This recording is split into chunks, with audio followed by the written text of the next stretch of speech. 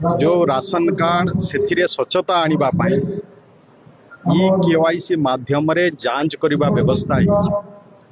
एथिरे अनेक भगस कार्ड जोटा कि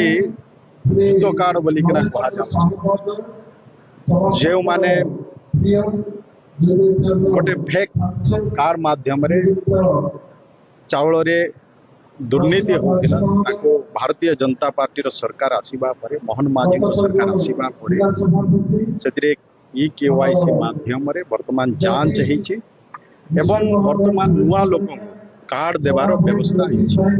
सेमिति नवरंगपुर जिल्ला रे सरकार 10,072 पर्यंत लोकन को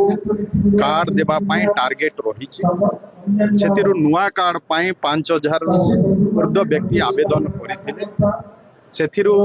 वर्तमान जिल्ला रे 3,240 कार्ड वर्तमान प्रस्तुत हो सारी आज आम से 3,240 कार्ड आज नवरंगपुर जिल्ला रे आज आम किसी हिताधिकारी को जो माने पाइबा योग्य थे नुआ कार्ड आम बंटन करिछु।